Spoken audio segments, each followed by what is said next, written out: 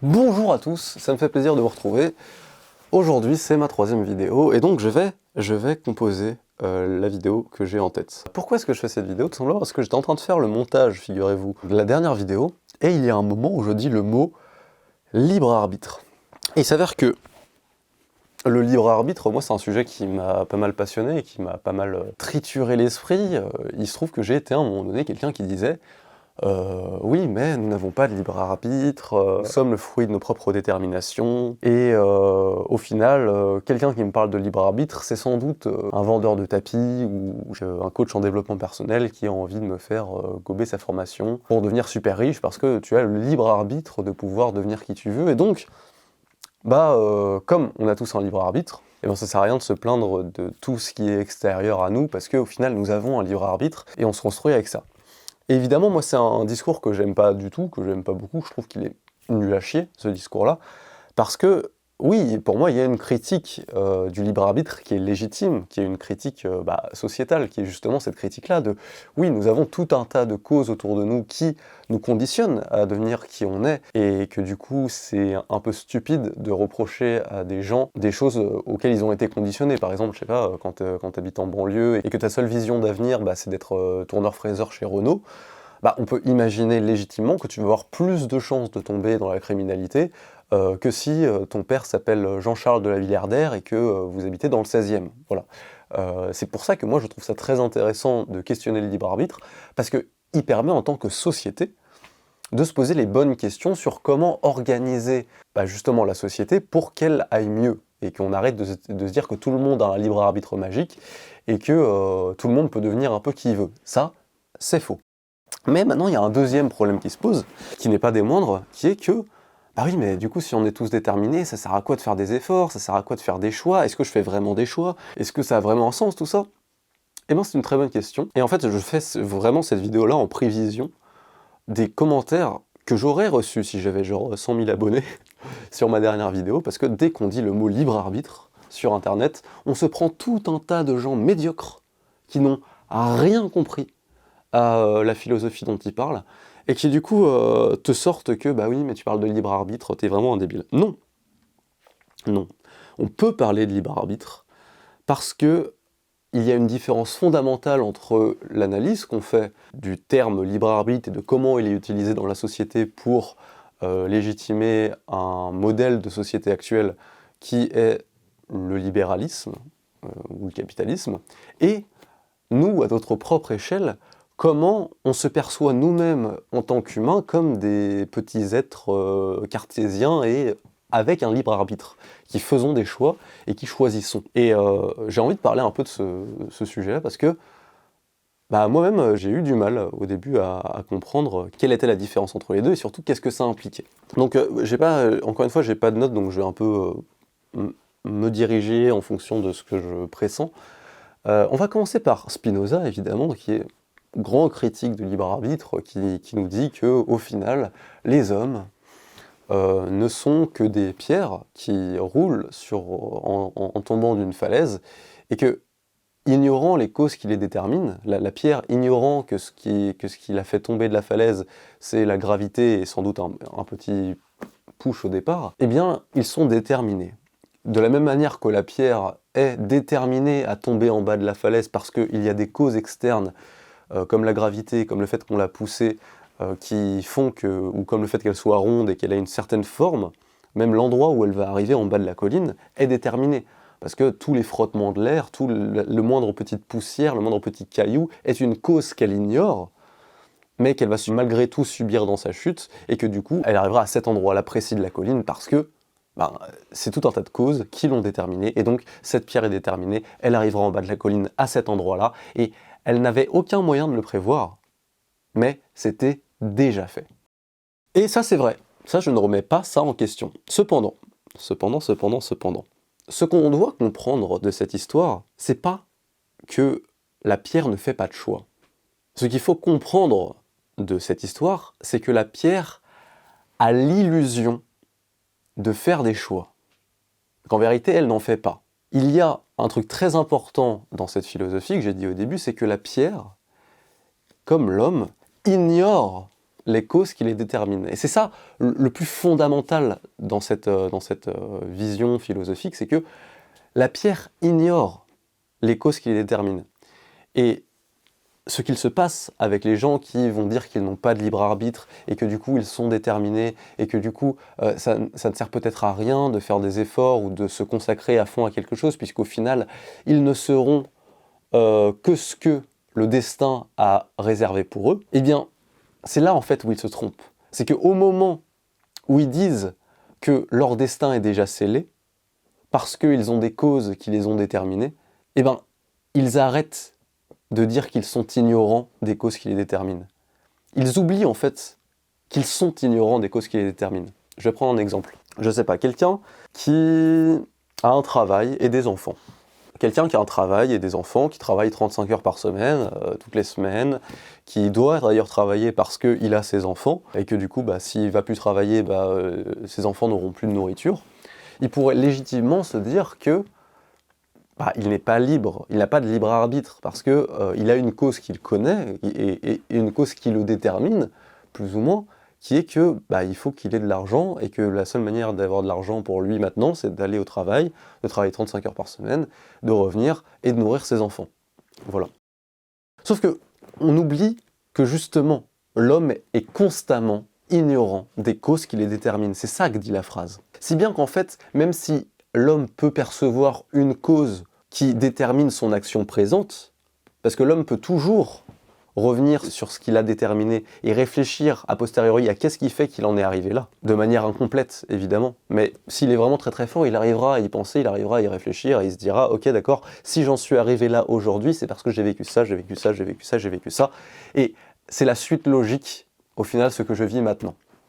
Mais par contre, il y a un truc qu'on oublie, c'est que comme il est ignorant des causes qui les déterminent, eh bien ça veut dire qu'au moment où il vit, eh bien l'instant d'après, l'heure d'après, la minute d'après, la seconde d'après, eh bien il ignorera les causes qui ont déterminé ce qu'il vit dans le futur.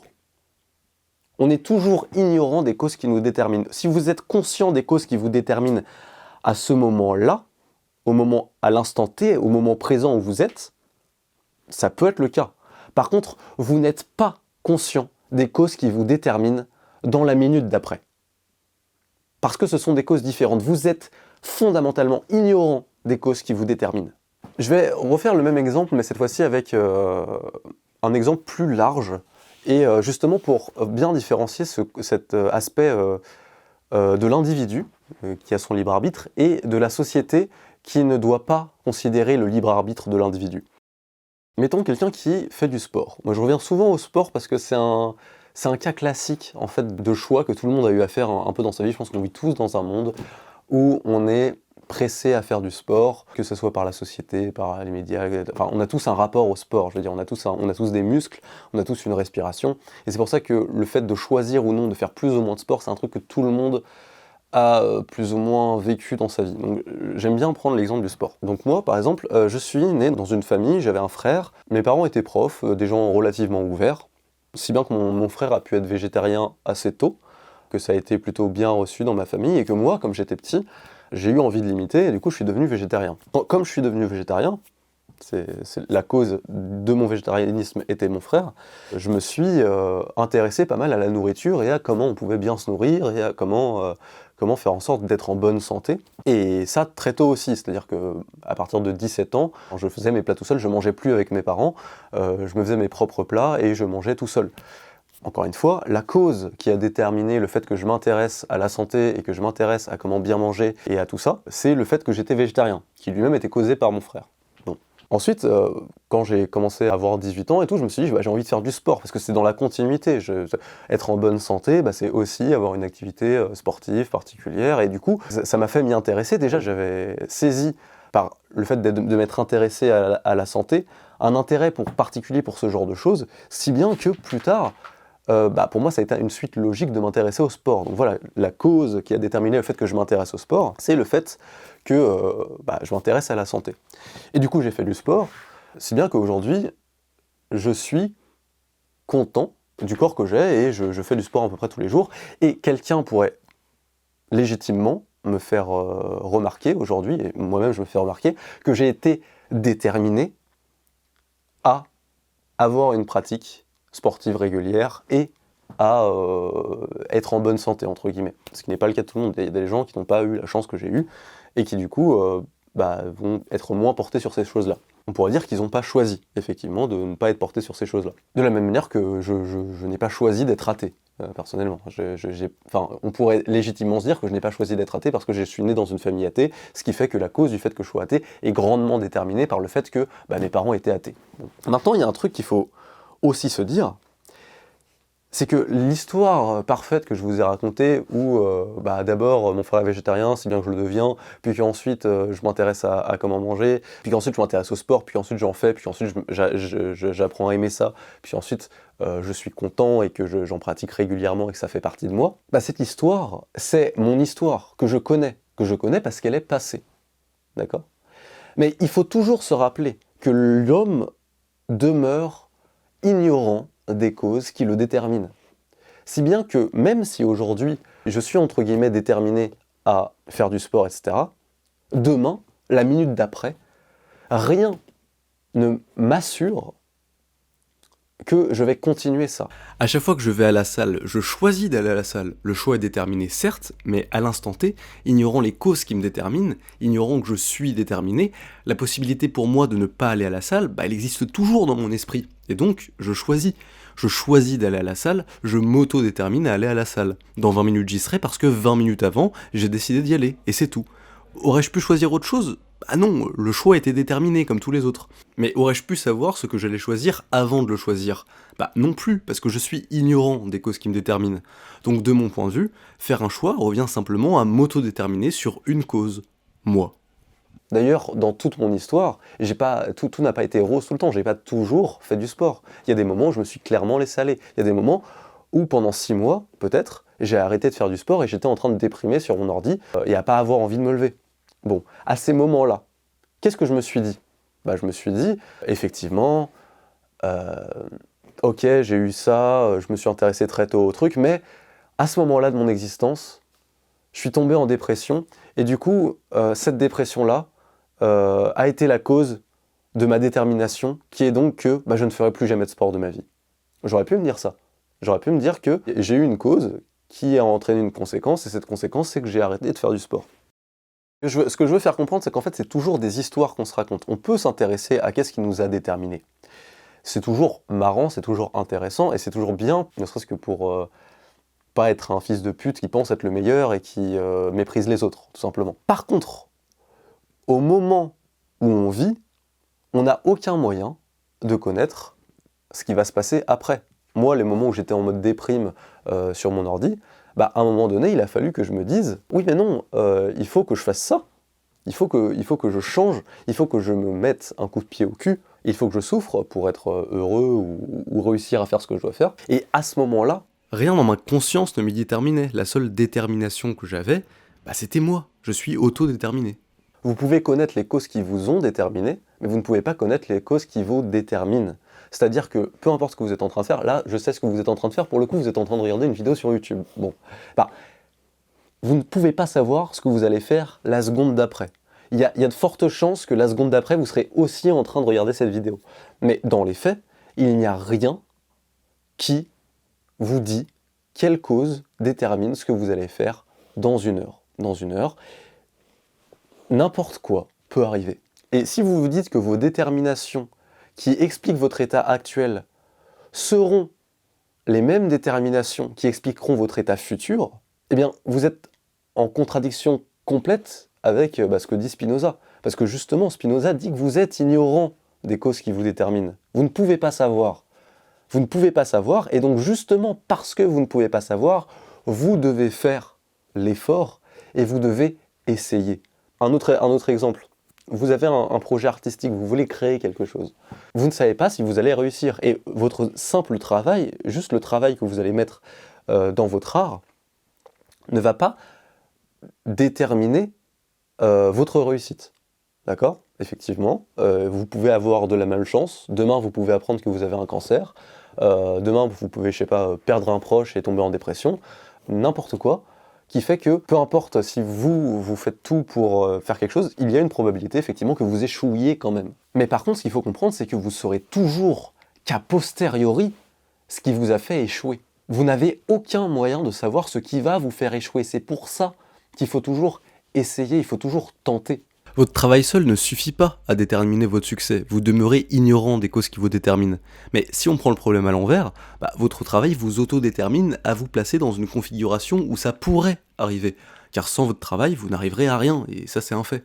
Il faut toujours se laisser tomber sur la pente. La pierre qui tombe ne sait pas si elle va se prendre un rocher ou quoi que ce soit. Et c'est ça la différence fondamentale entre la société et l'individu, c'est-à-dire que dans la société, tu peux faire en sorte d'espérer déterminer les gens à arriver au résultat que tu veux obtenir d'eux.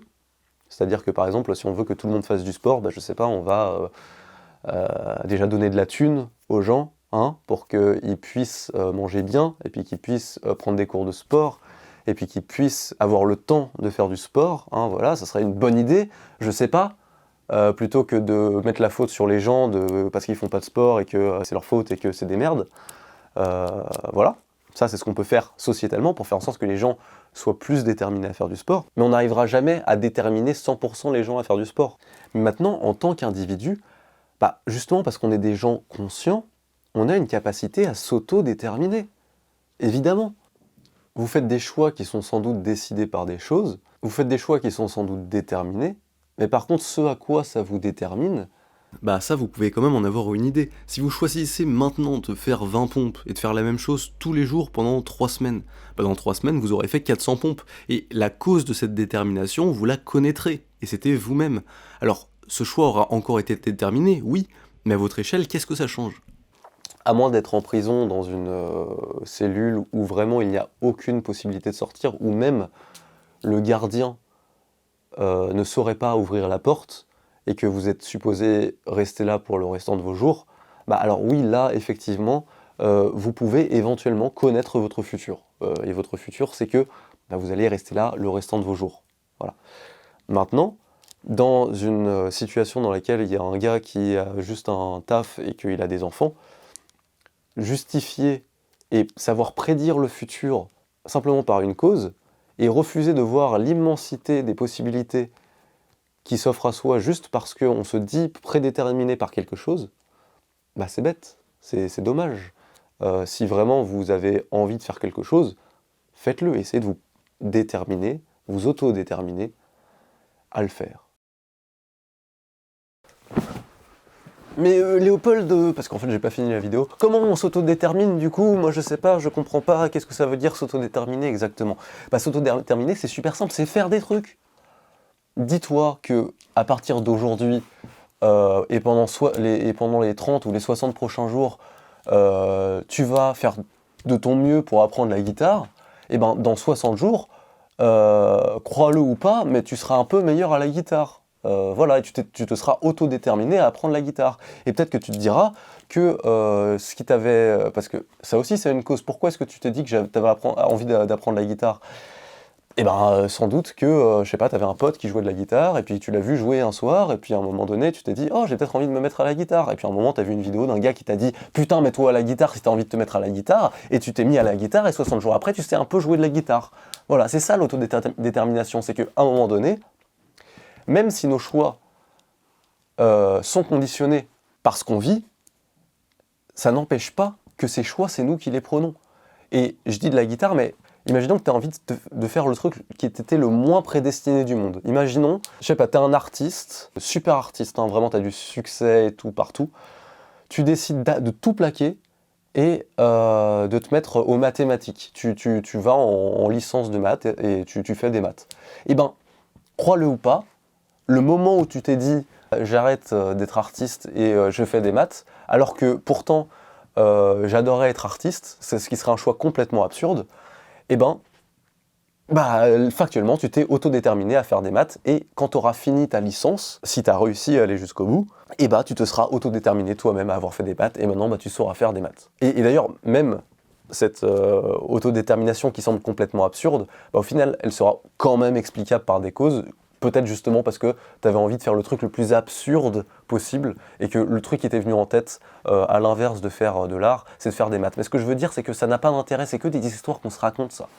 C'est des histoires qu'on se raconte a posteriori, on aime bien se raconter comment on a fait un choix et comment ce choix est devenu ça. Et puis ensuite, voilà, il y a un début, un milieu, une fin, des péripéties, on aime beaucoup ça.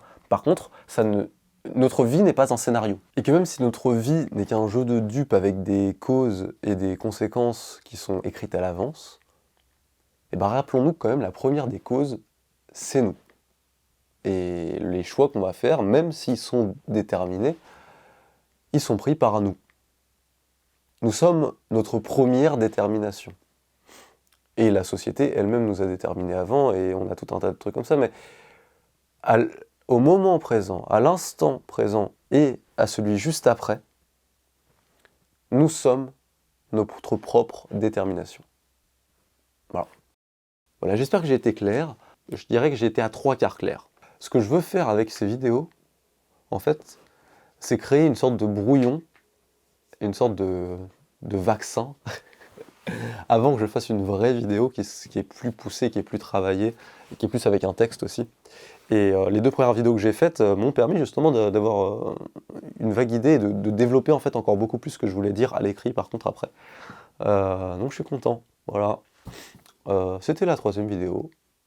Merci à vous d'avoir écouté. Et n'oubliez pas, autodéterminez-vous, parce que personne ne va le faire à votre place. Et puis on verra bien où vous arriverez quand vous serez en bas de la porte. Garder son esprit libre, trouver un peu d'équilibre, pour le reste il s'en fout ben, petit cul hâte à demain.